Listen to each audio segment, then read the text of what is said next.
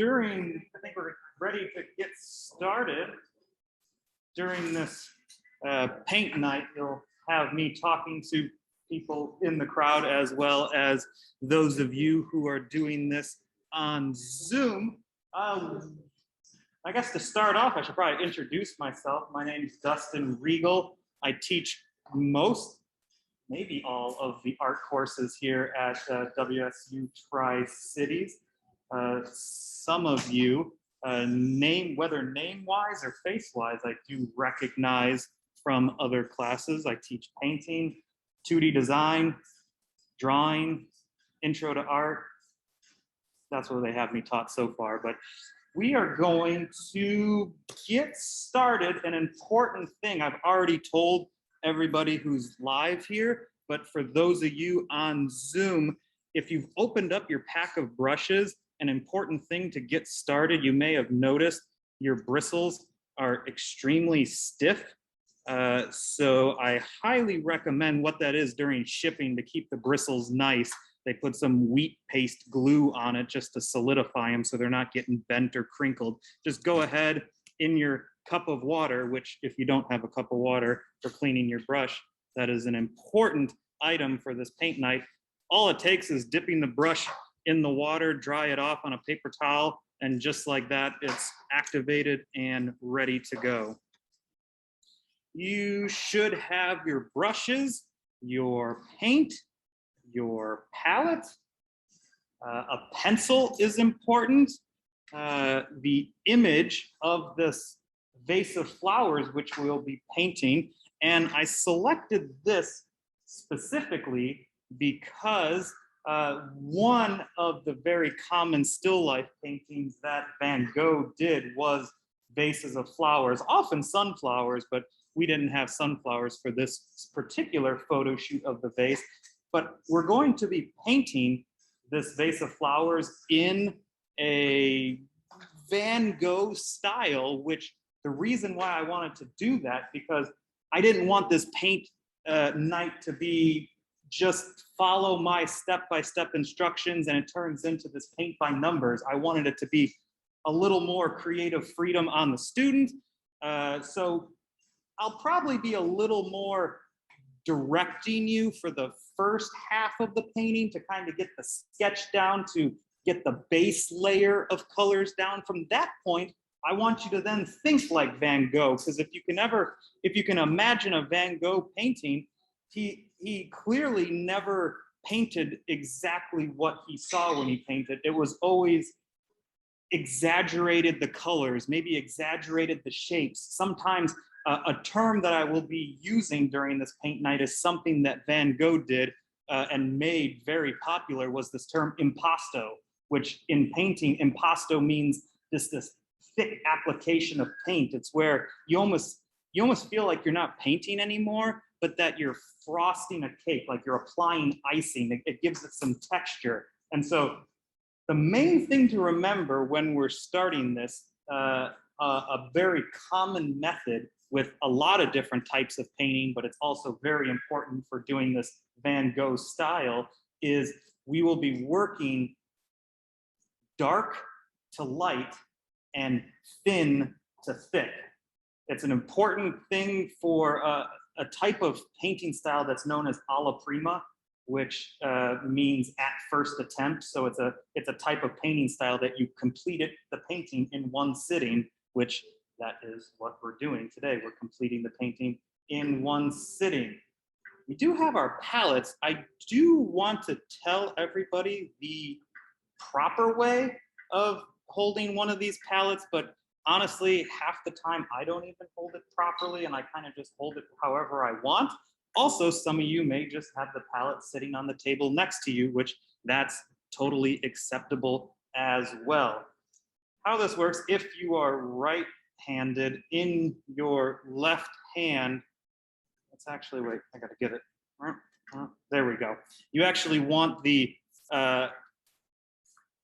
like the nose, I like to say the nose of the palette, up, stick your left thumb in, and then there's that gap then for your 4 fingers, and it's meant to rest on your wrist. So then if you have, when you're mixing your paint or with your brush getting the paint off of it, you have like the wrist as your backing in order to have some rigidity to it. I sometimes hold it like this where the main part is out in front, but like I said, whatever's comfortable for you, but I figured that is to show everybody the proper way is something that is important to learn. With that, I should probably pop over to my document camera so we can all get started here. Share document camera, there we go.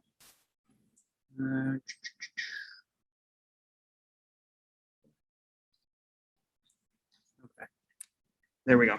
Let's start. Let's all grab our pencil.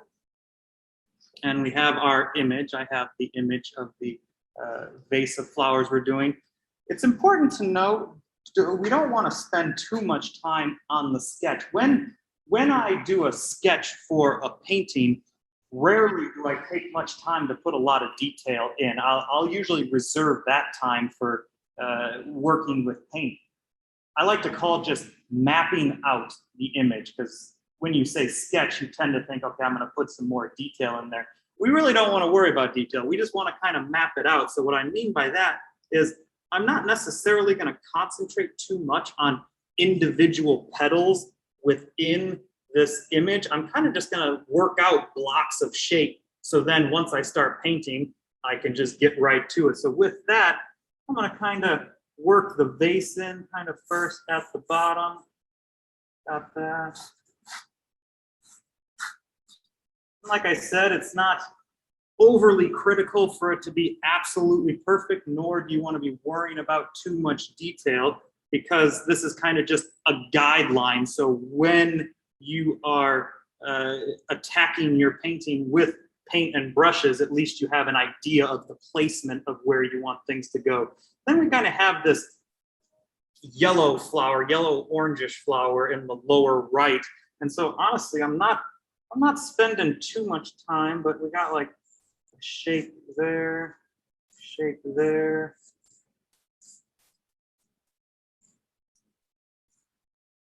A little bit going that way. And honestly, that's all I'm really going to do for it. I'm not worrying about the lines within it. I'm kind of just blocking out sections of color. So we got the green leaves going on over on this side.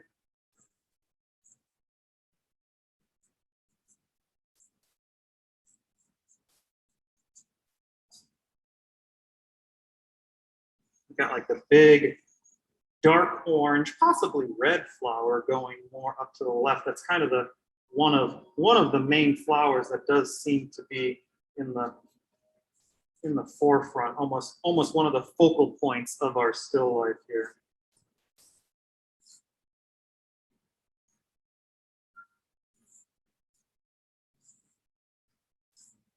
I'll put a few lines in there just for fun.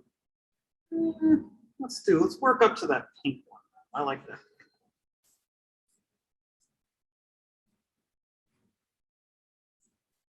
And because we're doing this Van Gogh style, it's important to note that Van Gogh was painting during what was known as late Impressionism. Some art historians say that it wasn't late Impressionism, that it was just Impressionism, and then others say that it's post-Impressionism. We'll leave that for the art historians to argue about. The important thing to know that the word Impressionism was in there. So we're not going for refined detail. We're going for the impression of what it is we're seeing. You got that little bit of yellowy flower going in there. Another yellow kind of like exploding up to the left there. And then that main big white flower, which gives us a nice light value to an overall kind of darker saturated bouquet of flowers that we got going on. And do note, because we decided that I can work on a larger canvas than the one all of you are working with, just because it'd make it easier for everyone to see. So with that being said, that you will notice, because I'm working on a larger canvas, I'm using my own brushes, not the ones that were in the CougPack, because I got my slightly larger set of brushes. Because if I took the time to paint this 16 by 20 canvas with the brushes in the CougPack that were meant for your 8 by 10 canvases, that would take me a substantially longer time. So if you see me using a brush that you're like, hey, wait, that's not in the CougPack, that's why. I'll still give some guidelines to maybe what brushes you want to use at what time, but ultimately I do want you to kind of have some creative freedom. You can follow along with me maybe for the first half, but then at some point, I'm really going to encourage you to kind of embellish colors and lines and shapes on your own. A little bit of green down there. Okay, that's my sketch. As you can see, it's rather loose and free and not really much detail going on. I kind of just mapped it out.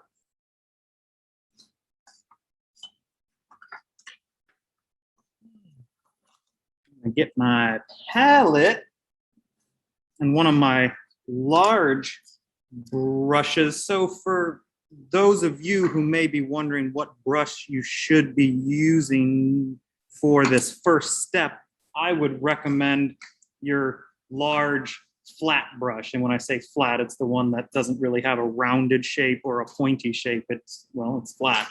That's probably a good one to start with. Do note this pack of brushes does come with 2 number 5 rounds. It's the like pen type shape brushes, 2 number 5 rounds. I recommend that you designate one of those number 5 rounds as your mixing brush.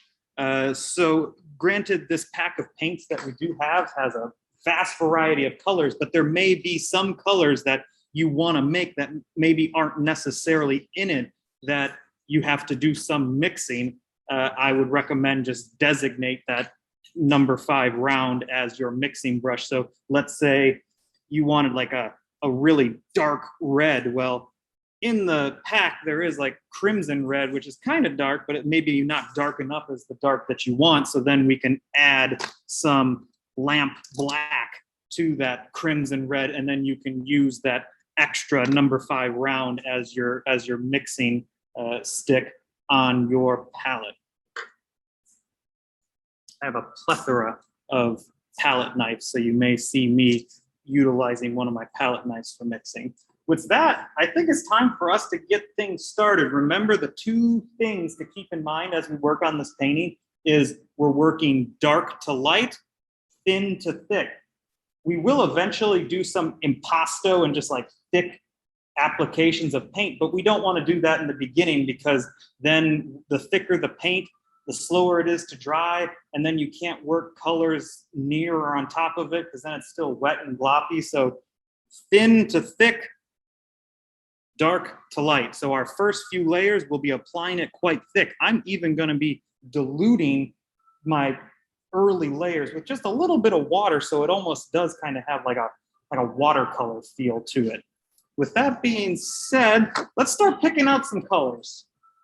I'm going to start with making, let's see, we have in our image, we got reds and yellows and pinks, and even that light green. There's also the red of the base. Honestly, right now, I'm going to ignore my background just to start. We'll decide what we want to do with the background on our second step. But this first step, what I'm going to do is get some crimson. Get some of that on my palette. And I'm putting all the colors of the flowers that I see out there. So I'm gonna put some crimson, maybe some of that orange red. I feel like I see quite a bit of that out there. Also some yellow ochre. A lot of our warm palette. And what I mean by warm palette is the colors, well, that are associated with warmth. Yellows, oranges, and reds. Let's get a couple of them on there just so we have something to work from.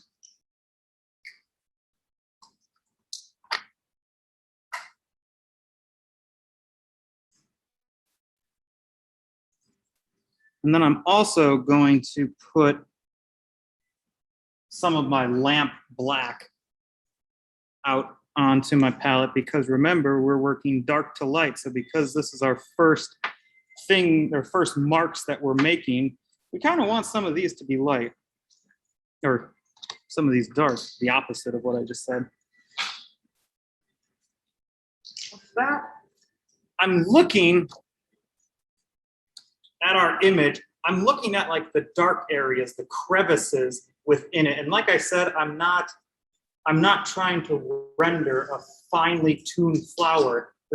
We're painting and thinking like Van Gogh. We're giving the impression of things. So I'm gonna be kind of loose and gestural with these marks I'm making, but I'm gonna be looking at some of these dark areas within it. I can't forget green. I'll put some of that, let's see. Ooh, hooker's green, that's a good dark green, because I can't forget the darkness of the leaves as well.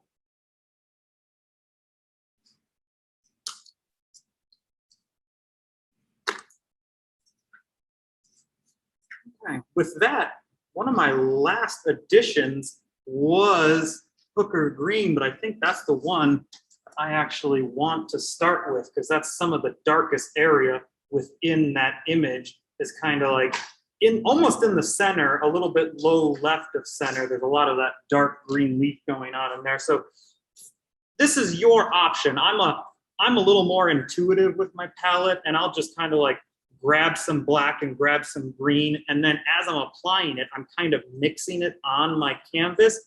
You definitely have the option to put a little black into your green, use that number 5 round brush that you have, and you can mix it on your palette first before applying it.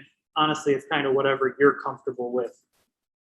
I'm gonna grab just a touch of black, some of the hooker green, and I'm gonna work into some of those really dark areas.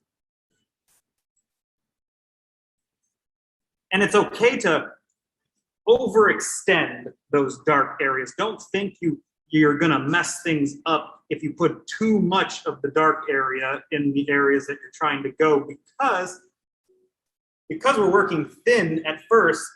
This is gonna dry. With it being acrylic paint, this is gonna dry in a pretty short amount of time. So because of that, you'll be able to work lighter colors over the top.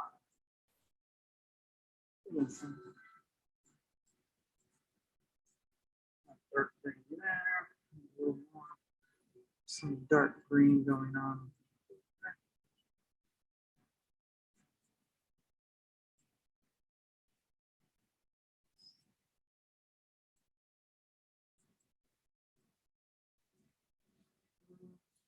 A little bit. It's kind of hard, but I see a little bit hiding up in here, and that's the thing.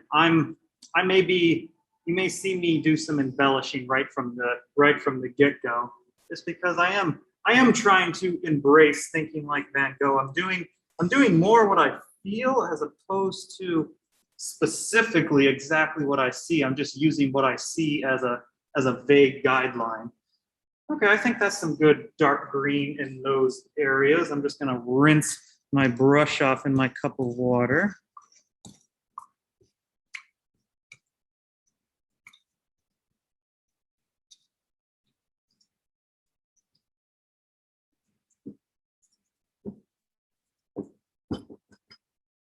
Okay, with that, now I'm gonna kind of work over some pink.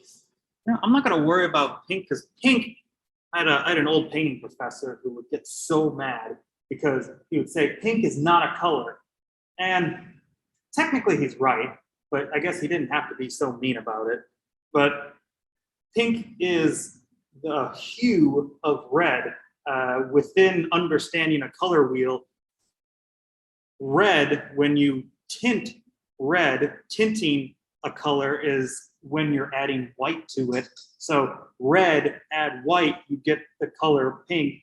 So technically within that hue family of red, pink is just a tint of red. And so because it is a tint of red, there's no such thing as necessarily as dark pink, because if it's dark pink, then it's just a shaded red.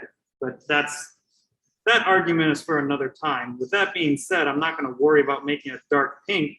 I'm just going to add a little black to my red in order to work in some of the dark areas of that, like the underside and some of the deep areas of that pink flower there. And then we'll do some tinted reds or pink to start working a little more highlights. That's what's going to create our form, is the variation of values within each of the flowers.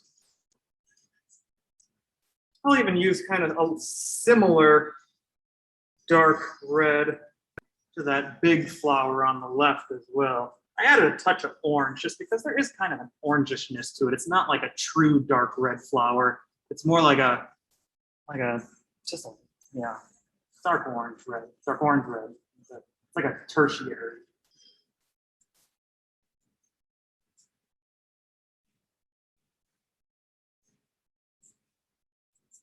And there's not this much of the darkness within that flower, but like I said, I highly recommend you overextend the darkness that you're trying to do, because you can always overextend the dark, because you can always bring back the light. The light's never lost in painting. Sounds like something philosophical, but I'm not sure where I'm going with it.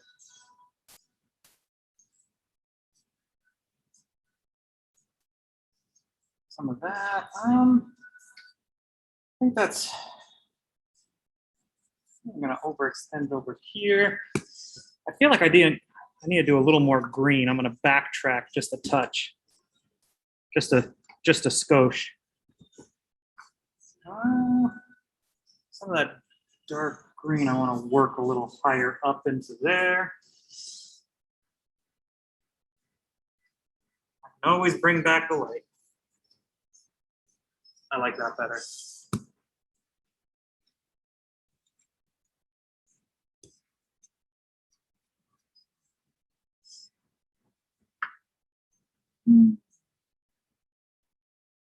I'm gonna get some of this.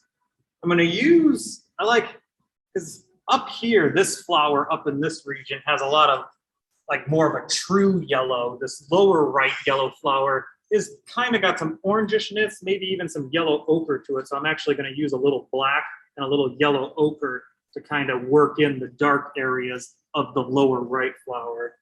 I feel like that would be a good choice. But like I've said, I encourage creative freedom. So you're welcome to follow my suggestions, but I am not the all-knowing sage of painting. I just like to paint.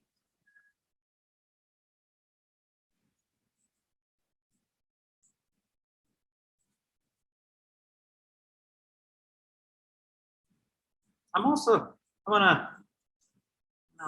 feel like I'm dumping a lot of things on everybody, but I said we're working dark to light, we're working thin to thick. One more thing I'm gonna throw in is we're working vague to specific. Don't worry about too much specifics in the beginning. As you can see, honestly, my painting looks kind of like a sloppy mess right now, but I've done this enough that I know I can always bring it back from chaos. So the specific mark making can come a little bit later. Yeah, that's good. There's like a weird dark yellow ochre blob going on. And I'm still using the same brush because I'm really, like I said, I'm not working any detail right now. I'm kind of just getting the dark colors in their sections somewhat. Now I'm going to use some of that lemon yellow and work in, well, no, I take that back. because that yellow is kind of in front of that white flower, I think I'm gonna work in that white flower some. And yes, we can do just gray, but just gray is kind of boring. I'm gonna get a little metallic white. Whoa, this set of paints is crazy. I didn't realize there was metallic in there. When we get to the more creative freedom portion of things, I am going to recommend that you incorporate some of those metallic colors. I'm putting some white. Yeah, I'm gonna put a little white down, just so I have something to grab from.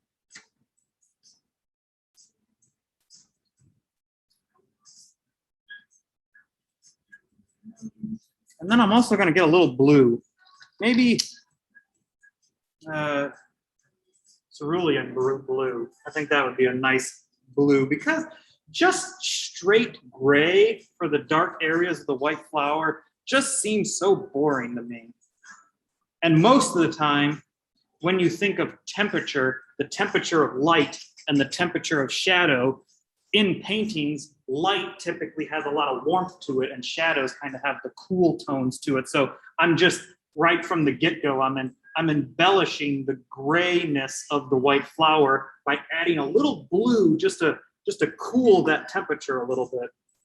So I'm gonna steal a little black, a little white, and a little blue. Work in, and it has kind of a,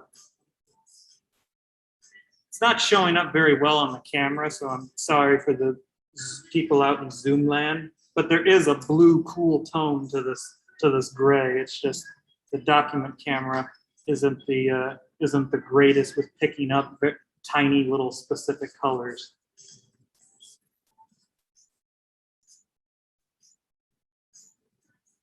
You'll just have to take my word that there's blue in it.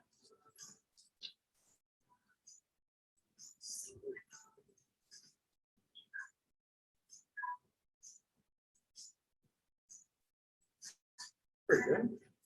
Now get those lemon yellow looking flowers.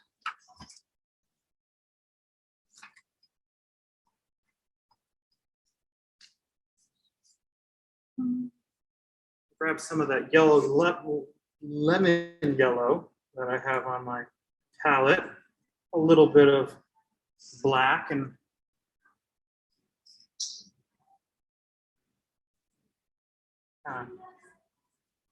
carving out some of those colors I want going on. Remember, keep the paint application pretty thin right now. We'll incorporate those impasto marks in due time.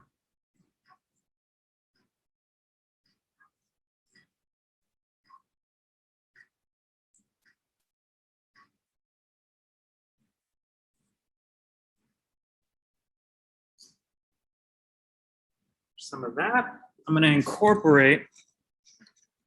I got to remember the vase. And that vase is red down there. And so I can probably do some of the similar colors for the vase as I did for that flower in like middle left. That seems to be relatively similar to what's going on with that vase down there.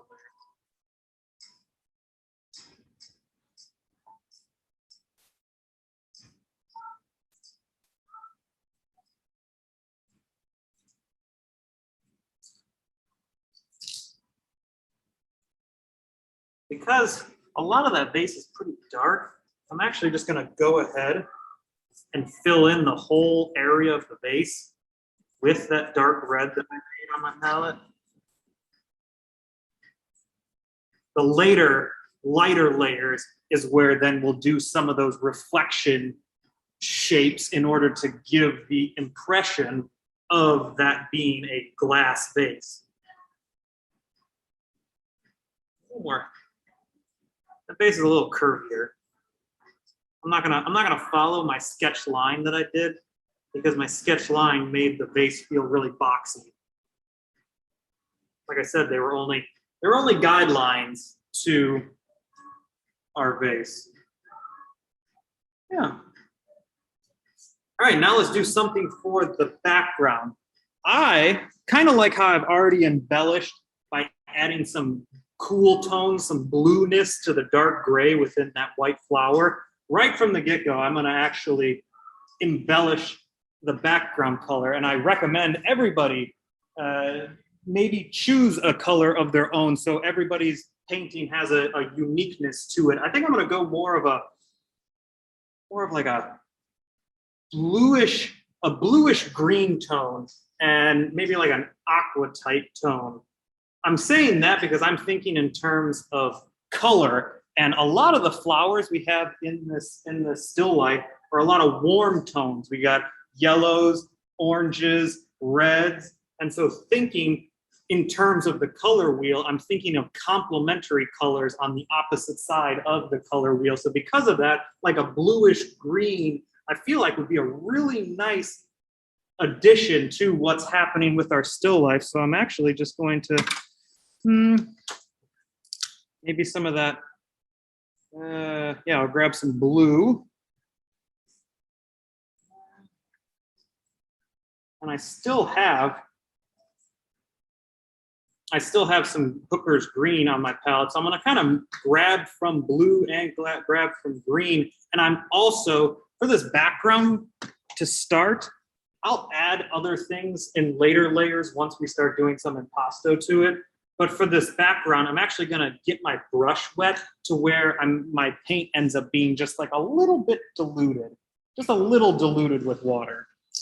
We don't want a runny mess on our palette, but having it a little bit watered down is really going to help us kind of just do a quick, it's called a wash, just do a quick wash and tone that background color. So I got a relatively wet brush. I really didn't dry it off, but then on the other hand, I didn't make it sopping wet. It's not dripping or anything. I'm going to grab some green. I'm going to grab some blue, and I'm just going to go to town. Work quickly when you have a relatively wet brush, because like I said, we're just doing a wash. Maybe get a little more water back on my brush. Grab some more of my paint. Just go at it.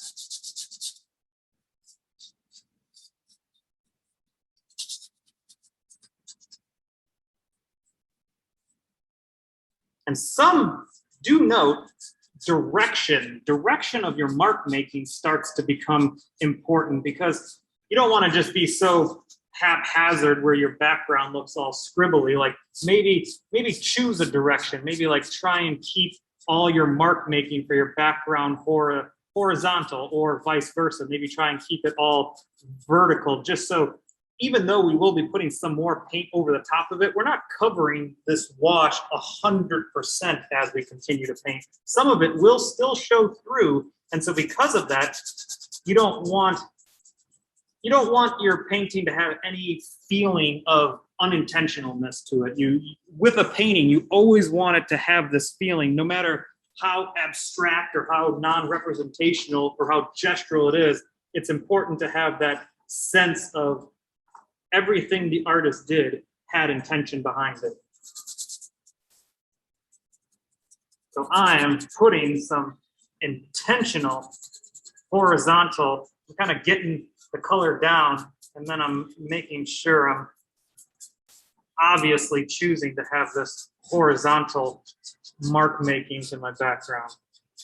Maybe you chose to do vertical, that's great. Maybe you're doing diagonal. Either way, pick something and stick with it.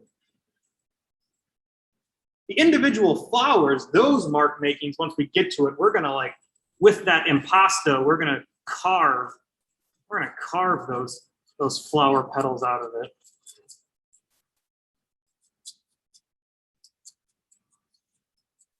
And if you're going a little bit over some of your dry flowers, not a problem.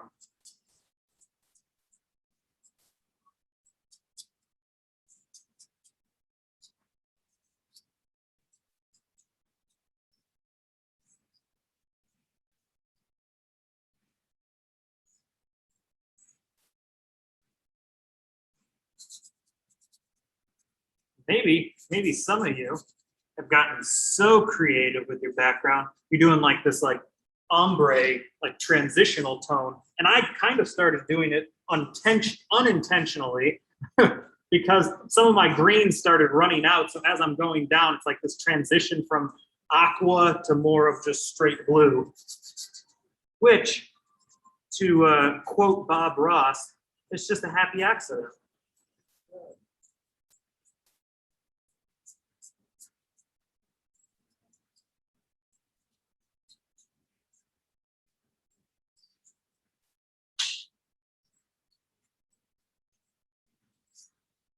Get a little more water on my brush. It was starting to dry out where I felt more like I was painting as opposed to doing a quick wash like my intention is right now.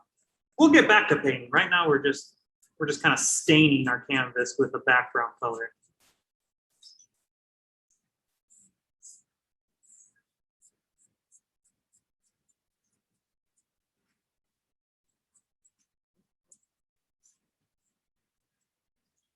Okay, there's my background. Now it's time to start working up in value.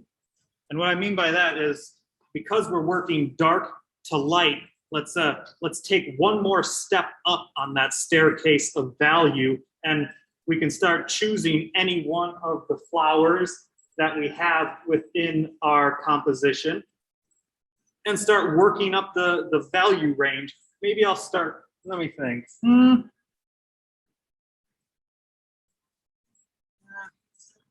I like, no, yes, no. I'm gonna go with, yeah, the lower right flower, I think, is the one I prefer to start with. Of course, I'm just a guide. If you have the gumption to start somewhere else, go right ahead. But I'm gonna start with this flower that I utilized yellow ochre to bump up a value. So by bump up a value, I'm actually gonna start with just straight yellow ochre, because so far what I have down on there is yellow ochre that I shaded, and by shaded I mean I added black to it, so I have a black and yellow ochre mixture in that area. So by using just straight yellow ochre, that is a higher value than this darkened yellow ochre. And then I'll also start incorporating some white to my yellow ochre, but I'm not there just yet. So right now, I'm gonna get a little more yellow ochre on my palette. And now I don't need such a large brush. Some of you, for this part, maybe your, one of your filberts. And for those of you who don't know what a filbert is, it's not the flat brush, and it's not the round pointy brush. A filbert is like kind of a flat, but kind of got like a roundy edge to it. That's what's considered a filbert. So you actually have two filberts in your pack. You have a number 8 filbert and you got a number 4 filbert. Whatever you're more comfortable with, but this, now that we're starting to work just a little more detail into what we're doing, I recommend filbert, because filbert has a rounded edge to it to where you can kind of curl your brush, and I feel like you have a little more control. Some of those flat brushes are good for filling in large areas really quick, but then you want a little more control as you move on. I'm gonna grab one of my filberts. Granted, it's a little bit larger just so I can get an appropriate amount of paint on my canvas in a reasonable amount of time. Straight yellow ochre right now. Now I'm gonna start paying attention. Before, as you saw that first layer, I was very quick. I was very loose. I was just getting colors down on the canvas. Now I'm gonna take a little more time, not be so aggressive, but at the same time, we are imitating Van Gogh, so we still want it to be gestural. We still want it to be impressionistic. It's just I want to pay a little more attention to detail. So I'm actually going to kind of start, kind of just like form some petals that I see on there. And I'm not going to worry about every single petal, but I do want to kind of start developing what I see happening. But at the same time, remember, you don't want to 100% cover up those darks that you have underneath there. Remember to leave the darks where there should be dark.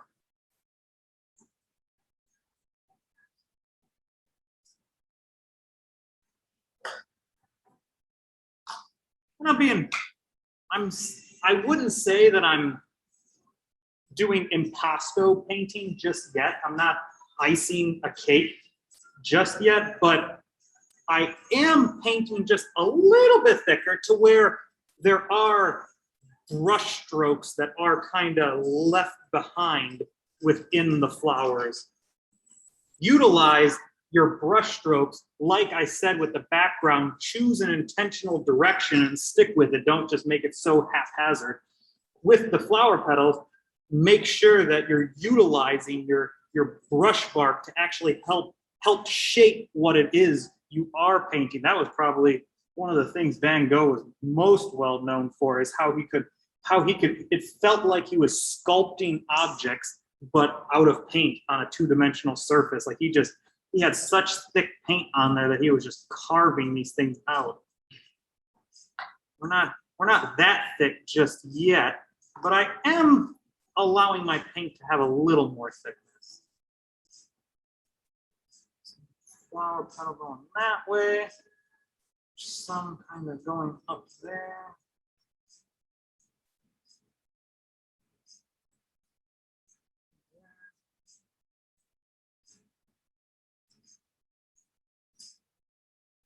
Awesome.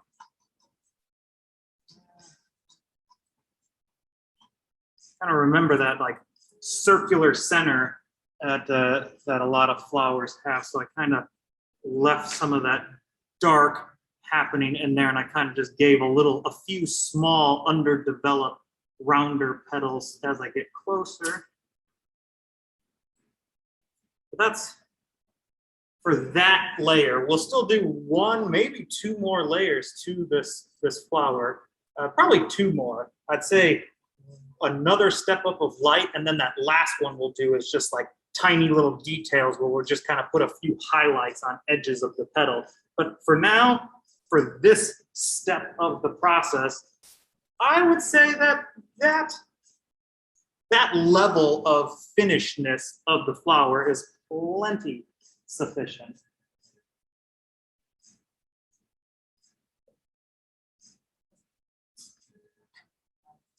Okay.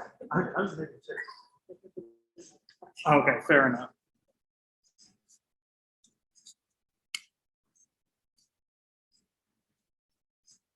What flower do I think, no, not flower. I think I'm gonna do kind of like the green vegetation that's like to the left and right of the flower that I just did.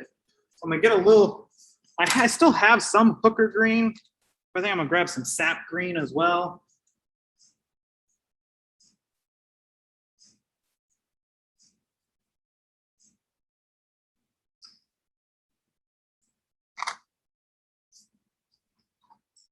I'm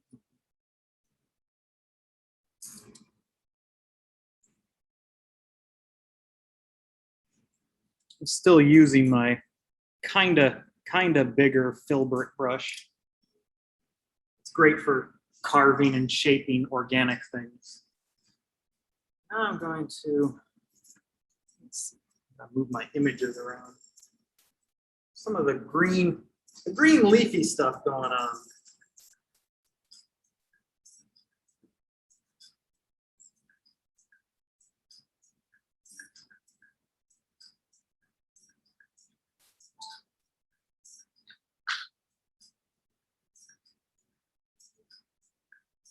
Kind of mixing some of my hooker green and my sap green together, just because the sap green,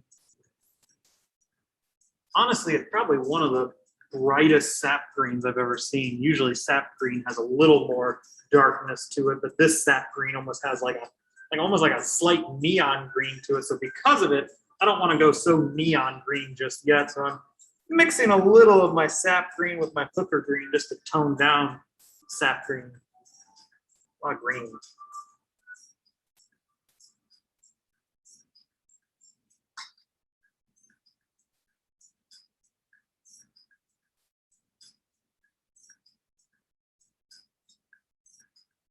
Some of that kind of just plummets into darkness there, so there's really not much definition. Some of that green, I wonder if I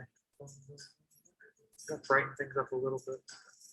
Some of that green's hard to see on my canvas, but it's definitely green. It's very good. Greeniest green you can think of.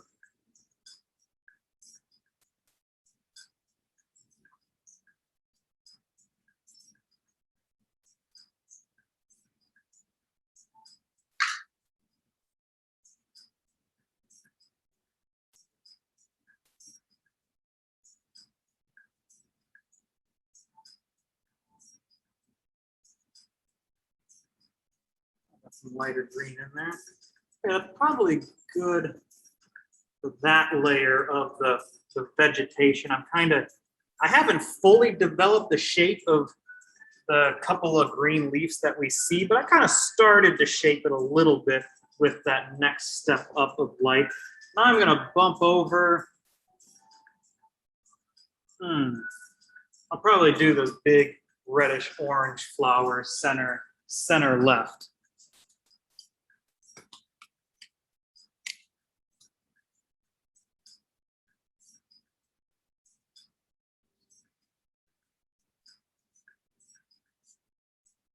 What we got? Orange, red, orange. I think I need a little more. I'm gonna put some scarlet down.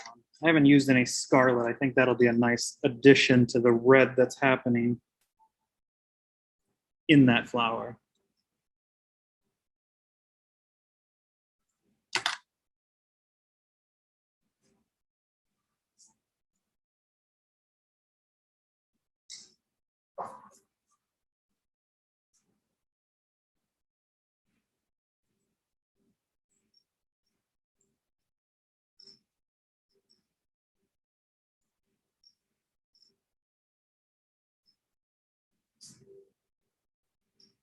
Using a little crimson and a little red orange mixed together to kind of start shaping.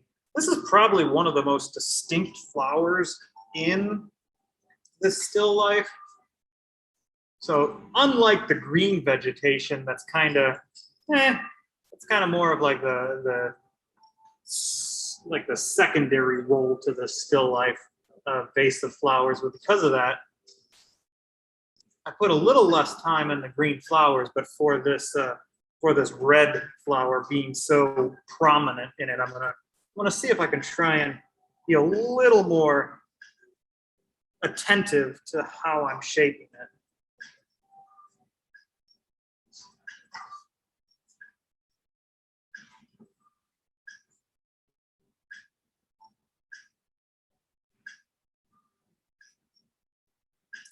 Not covering up my dark. I'm always, because we did that dark first, I'm always avoiding painting over where I truly see the dark, but I'm still painting over quite a bit of the dark because remember, I overextended the areas of my dark.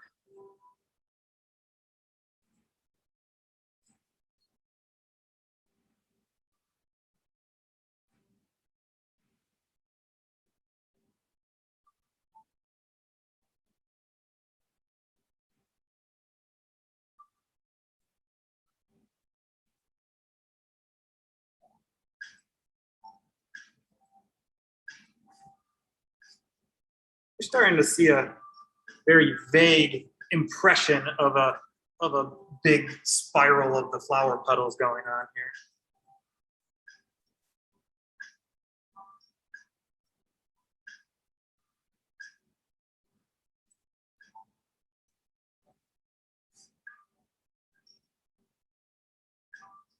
And you can still see there's still some white canvas on showing through in my painting right now.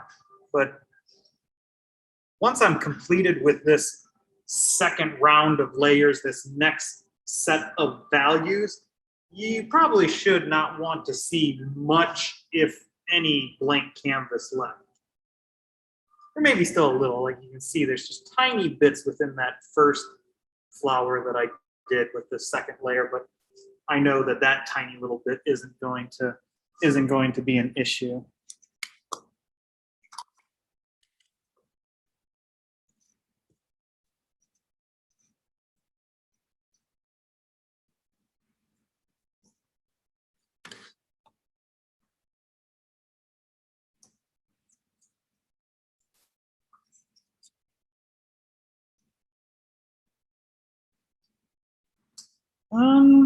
maybe that pink flower. Now I'm gonna start making a tinted value of red.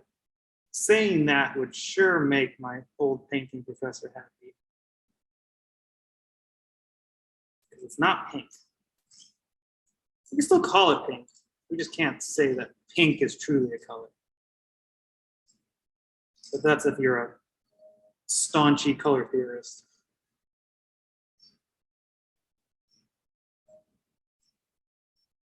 Yeah, I kind of need a pink.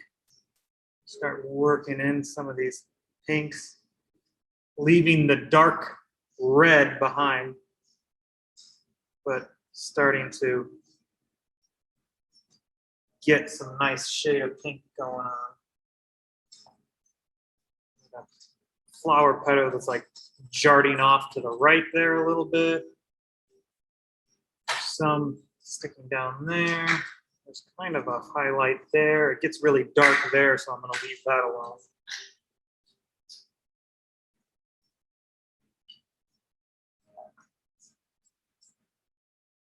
This one kind of forming up to the right. Carve that out a little bit.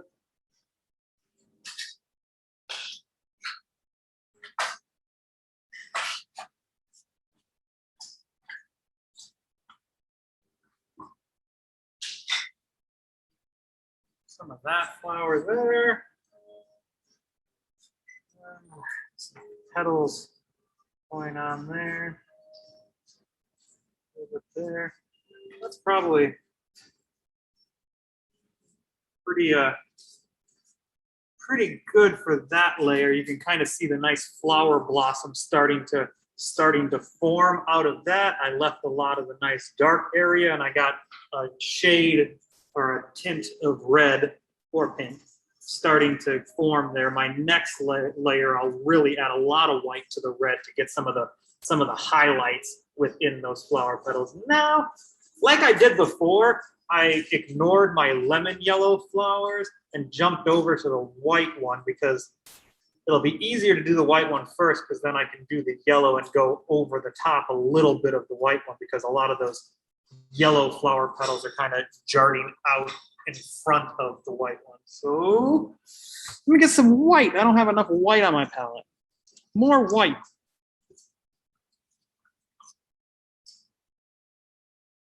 Still using my large filbert brush. Maybe the next one I'll adjust slightly. Yeah, maybe I'll use one of my rounds. That'll start to give a little more detail to things. So white, that's what I was doing. I knew I had a reason. White. And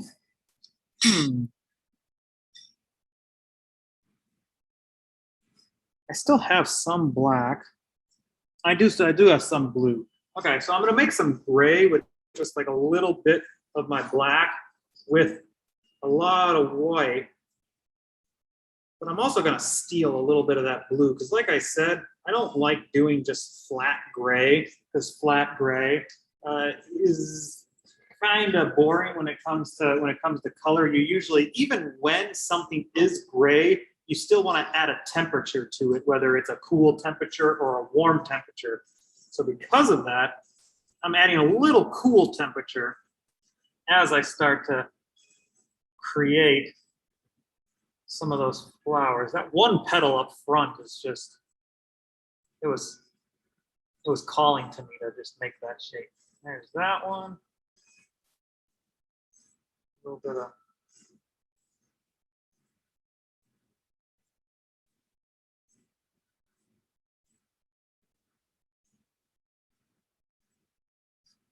it's bumping up in value. I still don't have any of the high highlights because we're working dark to light. So those high highlights, we'll worry about those here in a few minutes.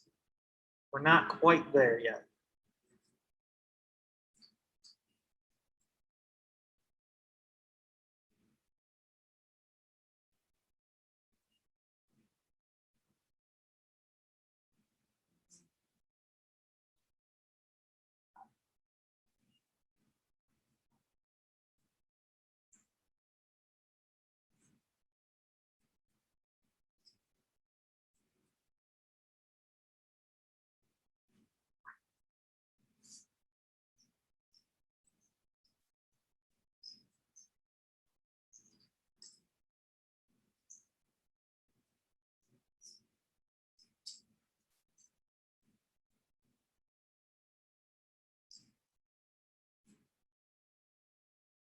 pretty good for the next layer up there. I got a nice flower petal impressions shape starting to carve in there. I left some of the dark areas.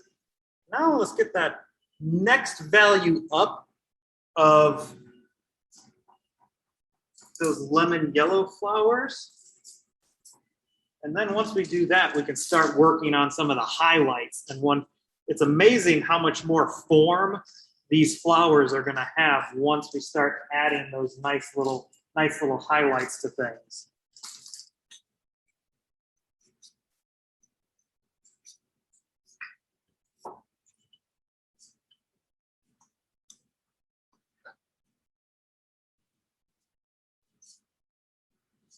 So I have my lemon yellow. I think I'm going to add just a touch because that lemon yellow is just so unbelievably light in value. And I don't necessarily want to go that light just yet for this. So I'm actually going to add just a touch of my yellow ochre to my lemon yellow just to be like, whoa, lemon yellow, take it easy. Nothing's worse than a bossy lemon yellow.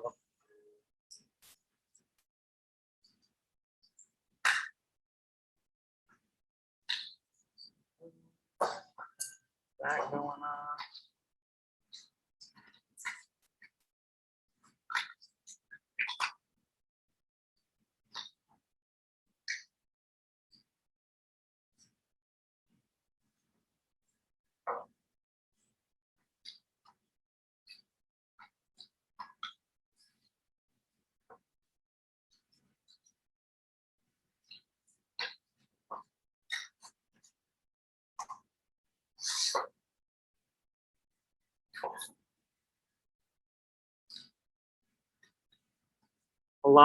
Remember, I'm still allowing my mark making, my brush strokes to help form or shape the direction and the form of our flower petals here.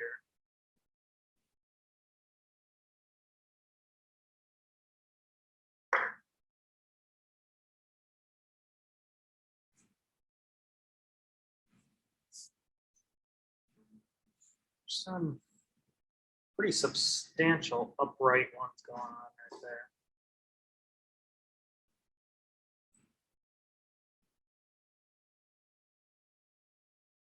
Centered right around there.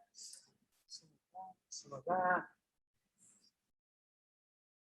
Okay, and I'd say that's pretty good for this layer. Now it's time to start adding our highlights. And this is where you'll start to see how the process of working dark to light really has merit to it. This is where it's amazing how some highlights really start to be like, wow, what I'm painting actually has some serious form to it. So I'm gonna, let's see. Before I do that, I think I am gonna do a little bit on my base at the bottom. I have some red. I utilize some of that pink that I got going on, just to kind of give a few streaky forms.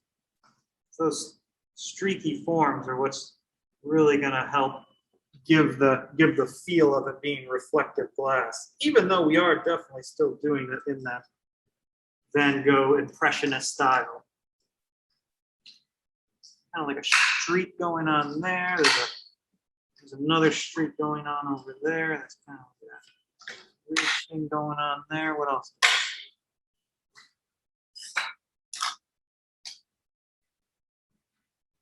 I got a few streaks. It's starting to form a little bit more.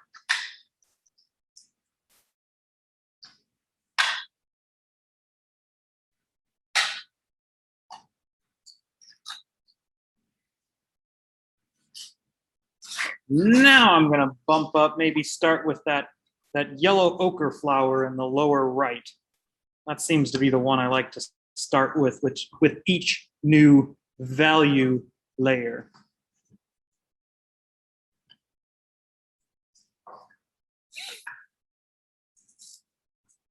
Instead of my filbert, I think I'm gonna use my round. Feel free to use whatever brush you like. Maybe you can switch to your smaller filbert with your pack of paints. Maybe one of your number 5 rounds would be a good decision to start working some highlights in. But I have my yellow ochre. And I also have my white, so I'm gonna kind of start make some highlights with the yellow ochre.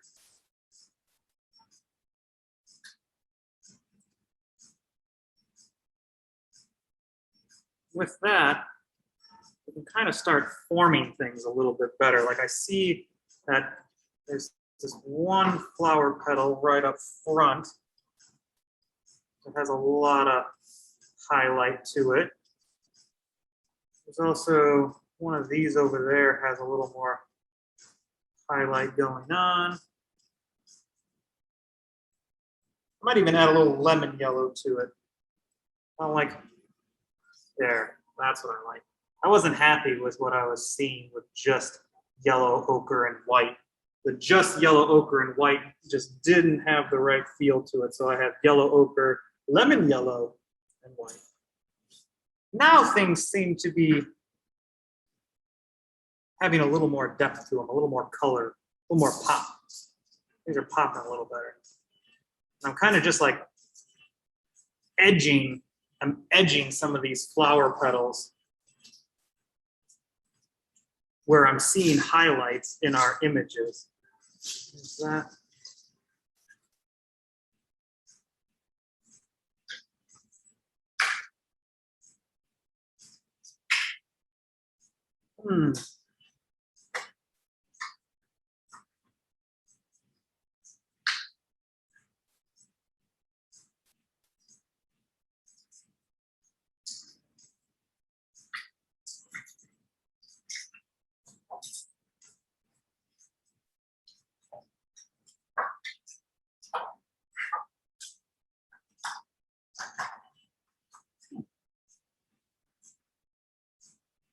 Turning out pretty good.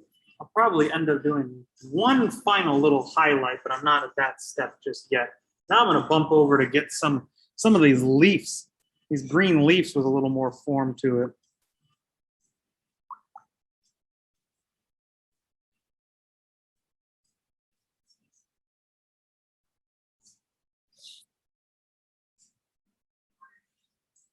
I have my sap green with some white.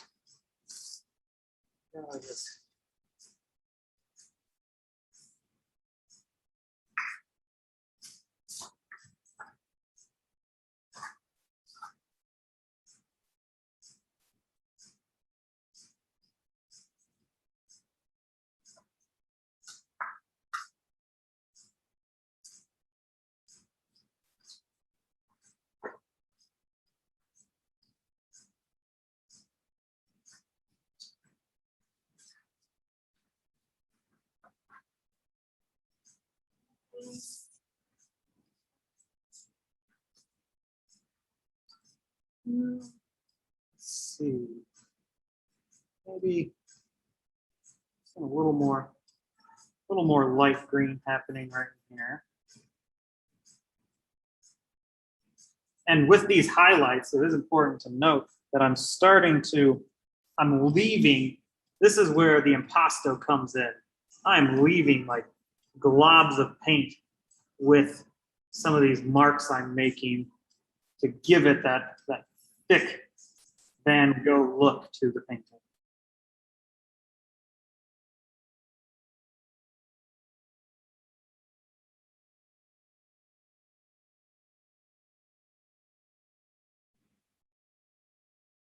That's looking pretty good there. Maybe some more of that highlighted green, too much white. Let's fix that.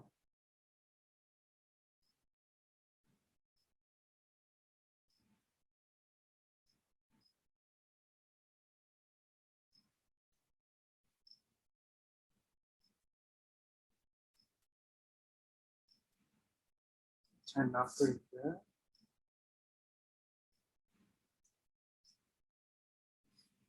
Kind of got that flower done. I kind of got my green vegetation looking more like green vegetation. The green leaves of our flowers. I'm gonna kind of, maybe this big red flower, that's it. Big red flower time. Still just picking out some of my reds and oranges and adding some white to it in order to bump it up in value. And because we worked thin to thick, as we're getting on further, I'm starting to leave big globs of paint in that impasto fashion on the canvas to help form the shape of things that I'm doing here.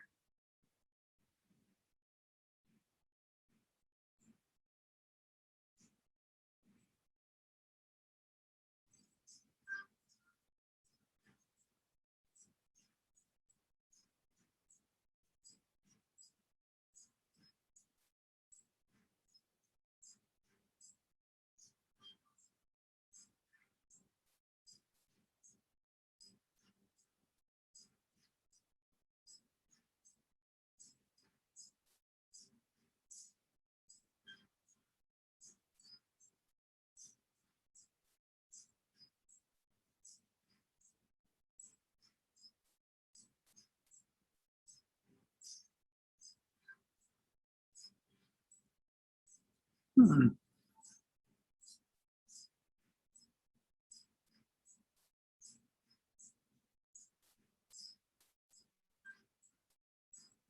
One of my favorite things about working in this impasto way is, like I mentioned before, I'm not spending too much of my time, unlike other styles of painting where you take the time to mix the specific color that you want on your palette and then you apply it to the canvas.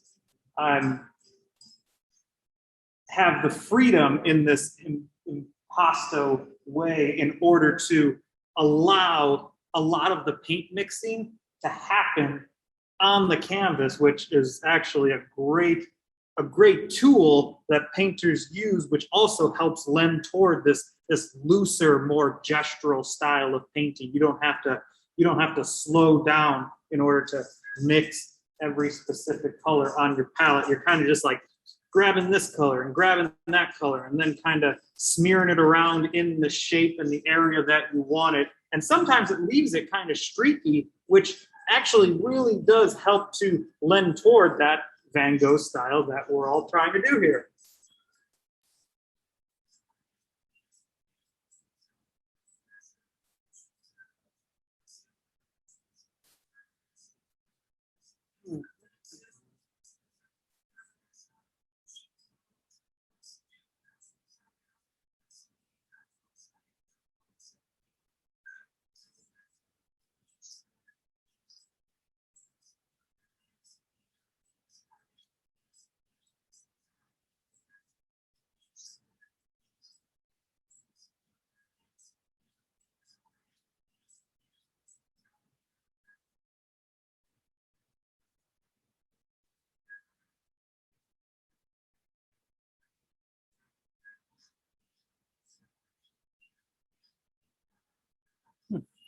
Oh no.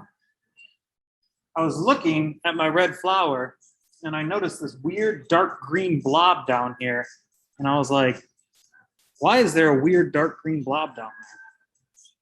But then I realized, looking at my image, there is a little bit of the green leaves of the stems of the flowers kind of jarting off over there. And I forgot to add some of my green highlights to it. How could I? How dare I forget that one? So I'm backtracking a little bit just to fix this.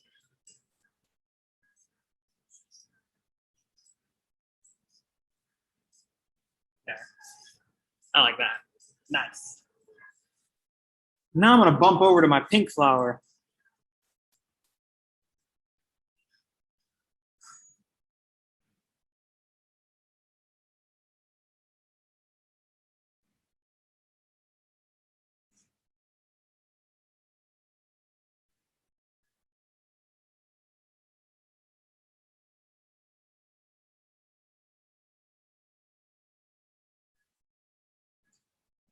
you'll start to notice as you're working up each layer that you're doing, as you're working from dark to light, you begin to notice that the layers, you don't have to put so much paint down anymore, because as you get from dark to light, like the light areas, as you bump up in value, the light areas almost seem to shrink and shrink and shrink to now I'm kind of just making a few impasto marks, especially with this pink flower, and it kind of just like helps to form some of it.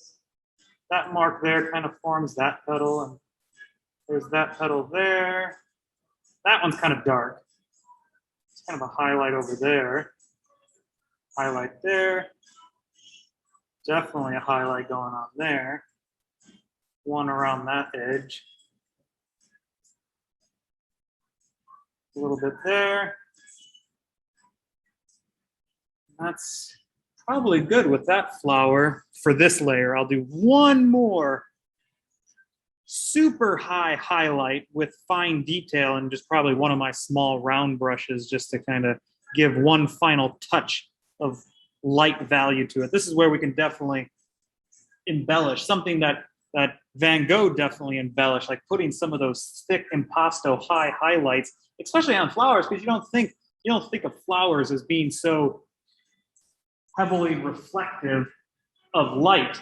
And so he would definitely exaggerate how much light he would see being reflected in those high highlights. So we're going to exaggerate those as well. Now I'm going to work up in that white flower. I need more white. I'm getting low on white.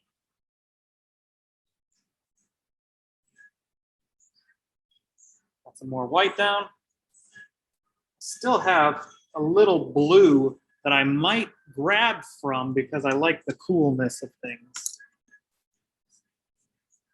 especially with that flower.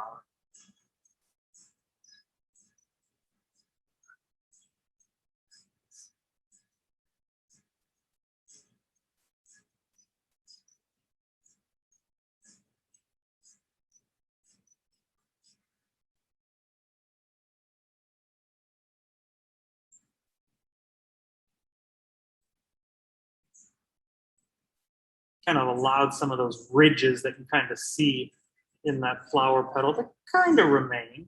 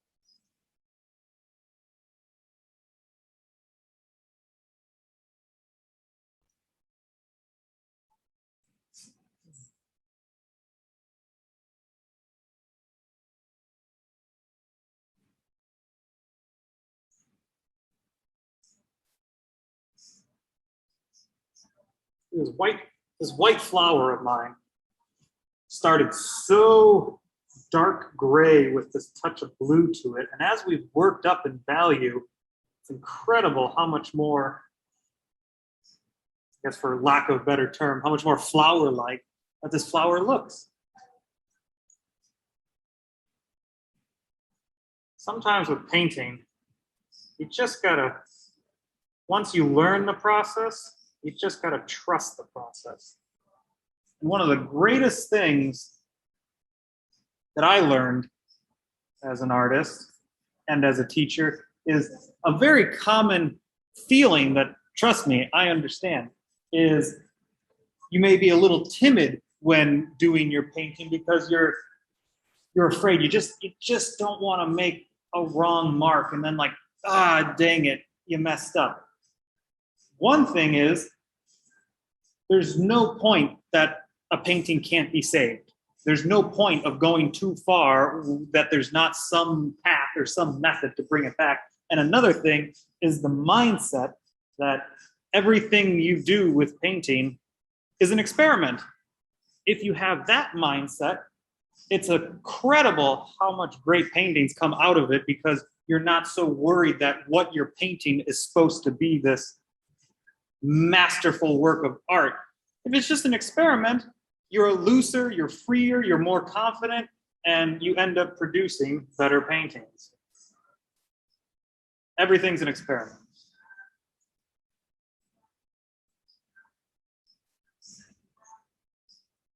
Okay.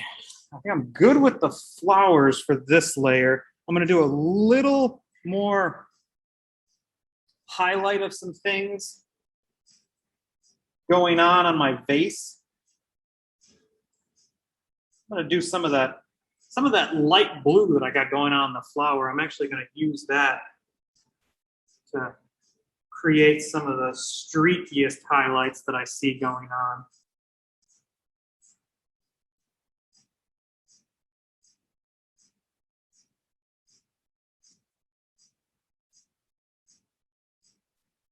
It's kind of low on the document camera I got going on, but you kind of get a little feel of that glass reflection of the vase.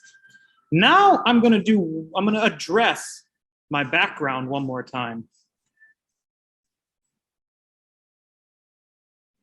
So I have this wash. One thing, and like I said, this is creative freedom. By no means do I expect everybody to follow me exactly in what I'm about to do to my background, but it's something. Maybe it's because I'm inspired to have this look more like a Van Gogh painting. Something Van Gogh did to his backgrounds is he was so infatuated with what we couldn't see. So much of the world around us, it's always based on what we physically see. But he was always infatuated about the spaces that we didn't pay any attention to, the things that maybe you didn't quite notice. And so because of that, he loved making the space around what it was he was painting have some physicality to what it was he was doing. So because of that, he did these weird lines to where it was almost like he was in painting terms and a lot of art terms, like we have positive and negative space. In this painting, the positive space is the flower in the vase. That's the positive element. Then you have the negative space, and so he would shape and carve colors into his negative space, almost making the usually unnoticed space around what he was painting, making it more noticeable, like, hey, don't just pay attention to these beautiful flowers, also pay attention to this crazy space that we don't normally pay attention to around our flowers. So I'm going to mix up some blue.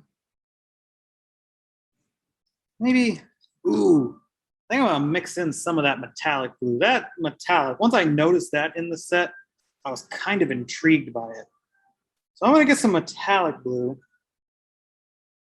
I'm going to be mixing a lot of things together here. Metallic blue, the phthalo blue,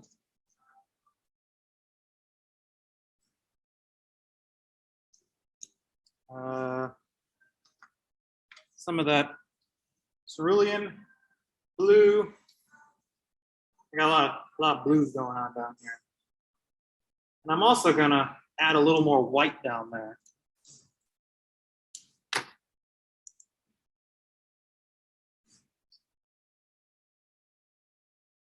So I got like 3 shades of blue and a white. And I got quite a bit of it because I'm going to be really, really impasto about this application of paint. And I'm going to take, for you, if you are doing something that I'm going to do here, maybe your larger filbert, that not so flat, kind of more rounded flat one. That would probably be pretty good. I'm gonna grab one of my larger brushes as well. And I'm honestly gonna just like take a little bit from all of it. I'm gonna allow some of it to mix on my canvas, but what I'm gonna do, I'm actually gonna kind of like outline. I'm gonna help define, what I'm doing, I'm helping to define the edges of my flower petals and my green leaf. This first outline is going to be a little more careful because I don't want to mess up or encroach into my flower and what I got going on too much.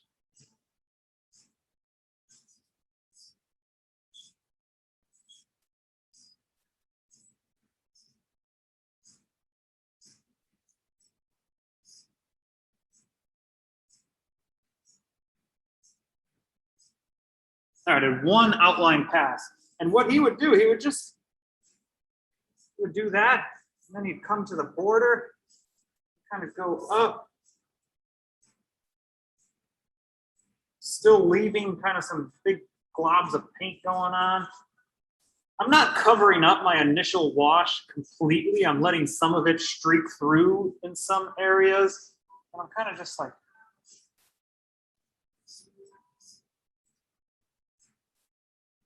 and then you go along the bottom, and then with that, you just keep. It was almost like a game of Snake. Does anyone remember that old video game? It's kind of what he just did. Although Snake wasn't a thing for Van Gogh. Maybe he invented Snake, but didn't realize it. He could have. If anyone's seen that one Doctor Who episode when Matt Smith and Karen Gillan visit Van Gogh, probably one of my favorite Doctor Who episodes.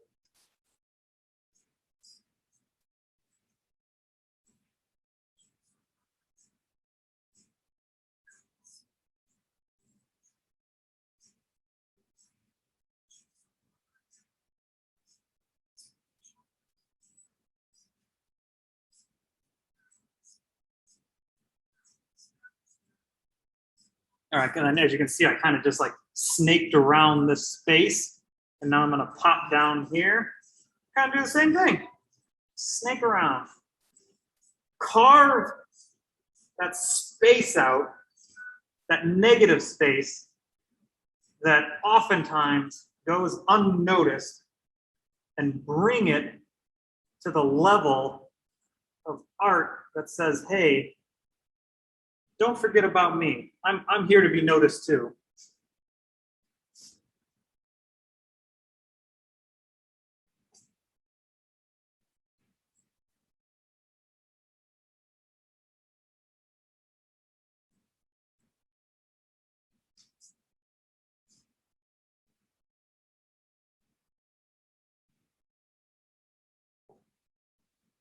And I still have bits of that teal wash popping through, which adds a really nice contrast to then kind of this light metallic-y blue I got going on. We're gonna call it electric blue just because that sounds really cool. My electric blue.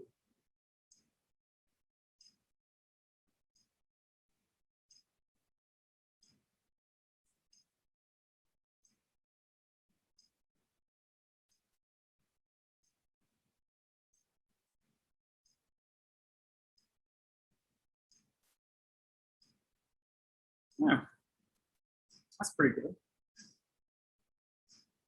So I'm satisfied with my background. We've gotten 3 levels of value. We had the dark tones to our flowers and vase. We've added our midtones to our flowers and vase. And we've also added highlights to our flowers and vase. So like I said, we worked dark to light. We kind of slowly went up that staircase of value. We've also worked from thin to thick. So now these last marks we've done have been heavily in that impasto fashion. We have one more thing that I do want to go through and do, and what that is really add some nice highlights to things that we did dark tones, mid-tones, and highlights. Now we're going to do the final step of just a high highlight. And with this, probably all you need is one of your little round brushes. You don't need anything too terribly big because you're not covering large areas. You're just going to be adding tiny little bits of highlights in some areas just to help give some final form to these flowers that we have been painting.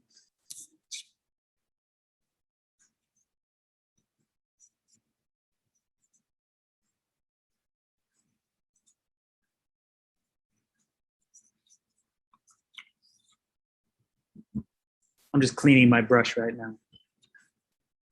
I hadn't cleaned it in a while and it was getting pretty caked up.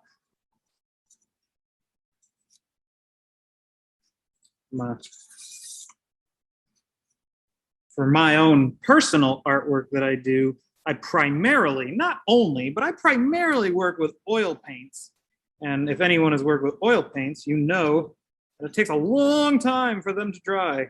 So because of that, I'm used to not having to worry about washing my brushes that often. Like I usually only have to wash them at the end of my sitting. Like obviously I don't want them to sit overnight with oil paint on them. But sometimes I forget when I go back to doing acrylic. I'm like, oh wait, this stuff dries pretty quick. I gotta wash my brush off every so often. Otherwise, your bristles start to get kind of crusty. And it's no fun painting with a crusty brush.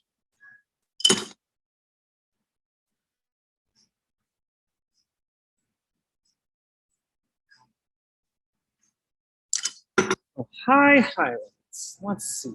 Let me see here. I'm gonna get some more. Oh, I still have some white. Maybe a little more white. I'll put a little more white down on my palette. Ooh.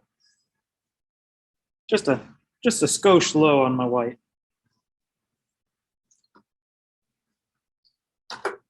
You can, for this step, you can just make all your highlights pure white.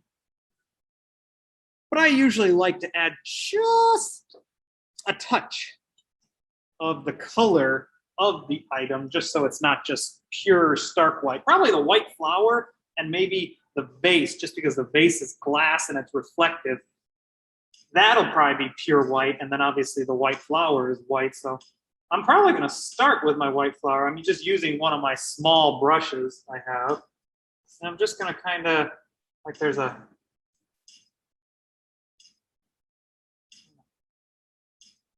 form that a little bit. Maybe a highlight there.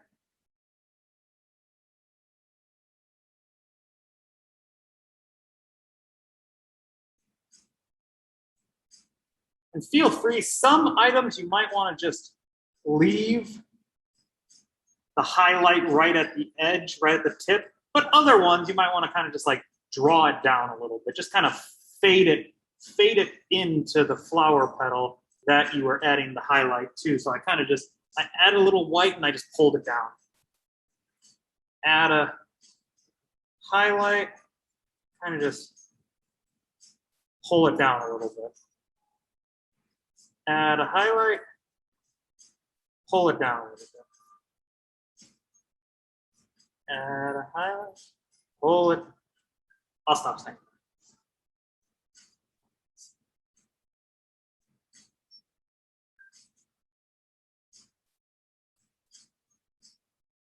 Just like that, my white flower is complete. Now on to the other ones. I gotta be careful when I'm washing brushes right next to my laptop.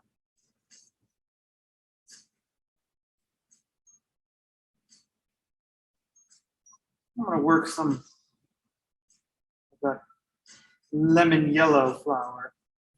I'm not using pure white for the highlights on the lemon yellow flower. I'm adding some lemon yellow to it.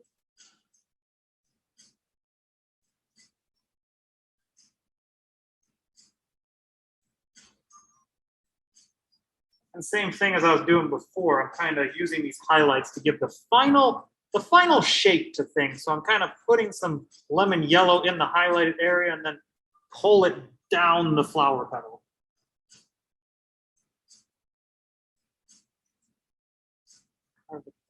Carve it there, pull it down.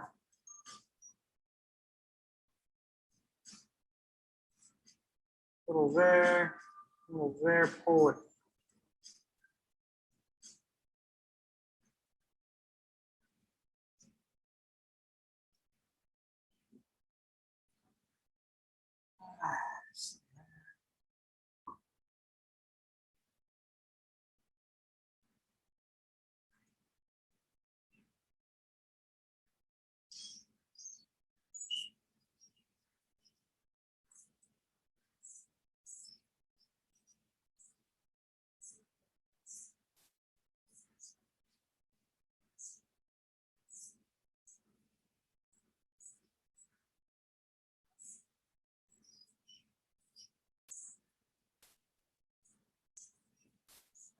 Like that.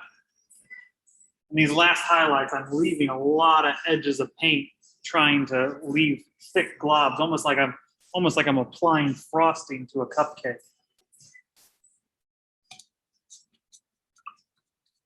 That'd make Van Gogh very happy.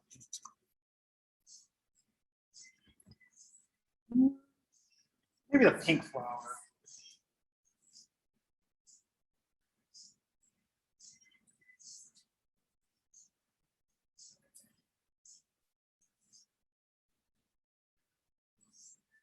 More white. Because I'm doing so much highlighting right now, I'm burning through my white pretty quick. And because I'm leaving globs of highlight on there, doing it in that impasto fashion.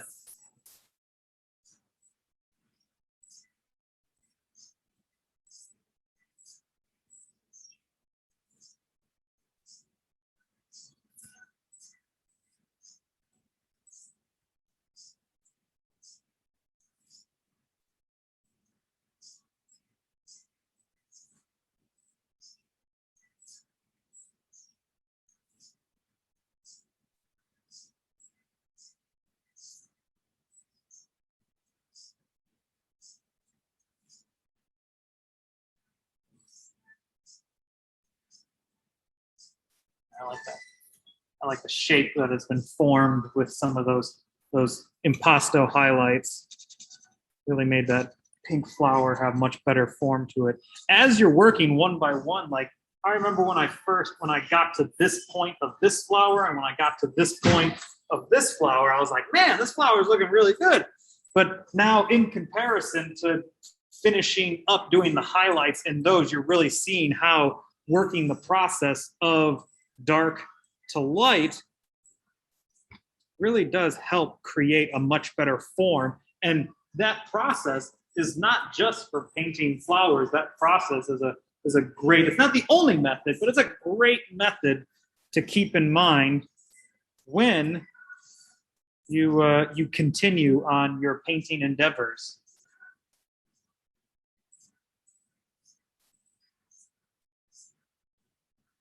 Which I'm thinking optimistically. I plan all of you to continue your painting endeavors. Maybe even take a painting course of mine here at WSU Tri-Cities. Maybe this flower, that big red flower. Get some of those highlights on that. I'm gonna do similar pink highlights as the other flower, but I add just a touch of orange to it, just because that flower does have it's red, but it's got like a kind of shade of orange going to it a little bit. And you'll notice that this flower doesn't have this high of highlights. That's okay, because that's what this style of painting is all about, is exaggerating, embellishing, seeing things that aren't necessarily there.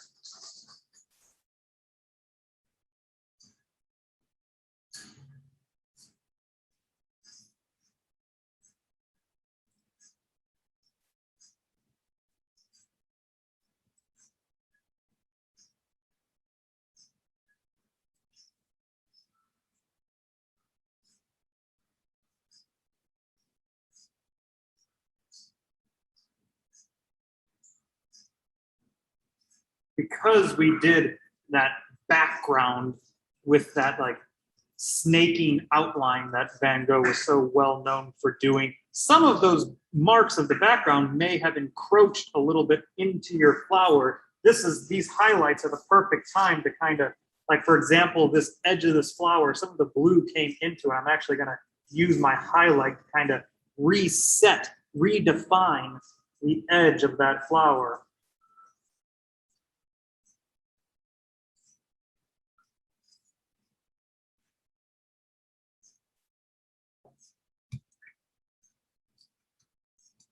Alrighty, I'm pretty happy with that. Let's see. Got just about done, which it seems to be perfect timing.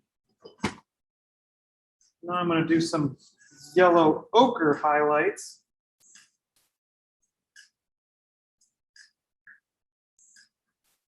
For this flower down here, it's kind of this.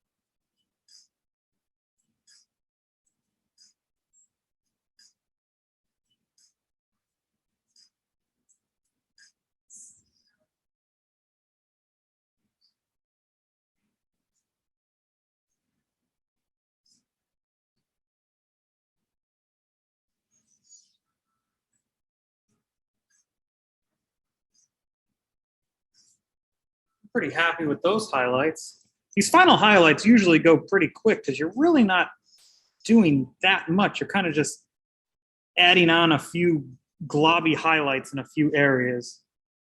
That's something you do want to be careful with. You definitely don't want to overdo your highlights and cover up too much of what you built up so long over this 2-hour painting that we're doing.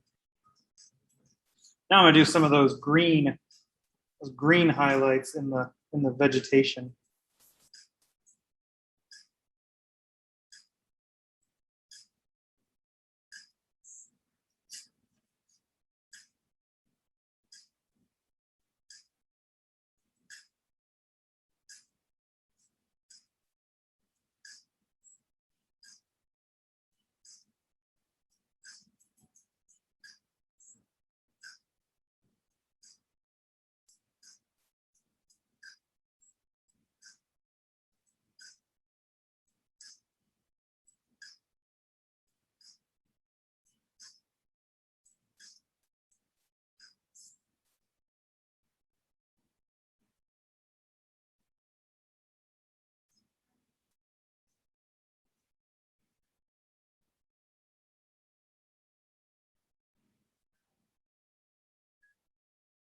Because again, like I said before, because that blue background may have encroached in some areas, it did encroach in some of my green leaves here. So I'm kind of reforming the edge of my leaf. That really helps to set that definition. Now I'm going to put an exaggerated highlight on my vase. This one I'm doing pure white. It's kind of a highlight on the rim a little bit there. Even kind of a little bit of a narrow streak there.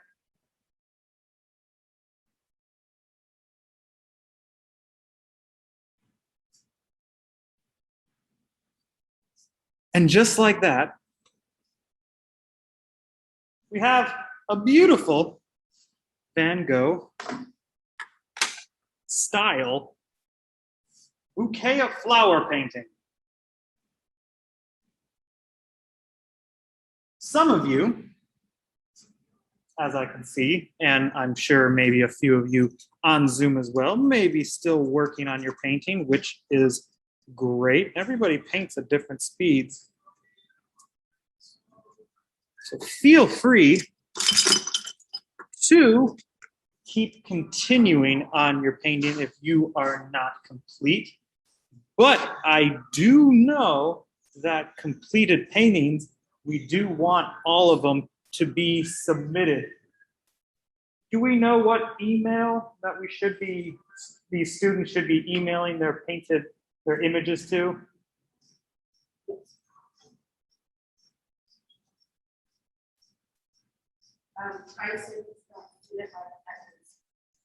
Tri-City Herald. Perfect.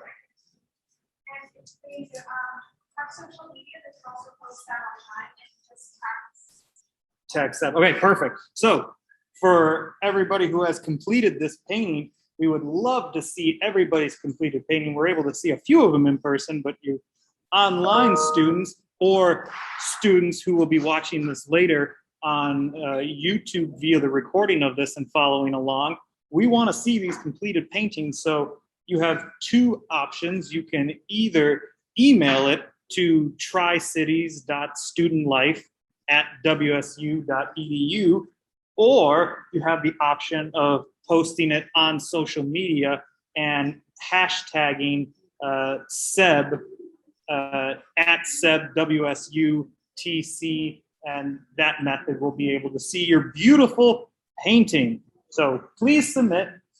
Thank you, everybody, for participating in our paint night.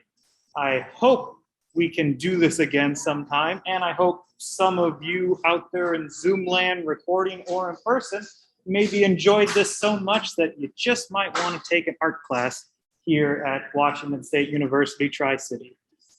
Thank you for your effort and time into this wonderful artistic endeavor. And I think with that, I'm going to sign off. Thank you to you, those of you on Zoom land. Have a good evening.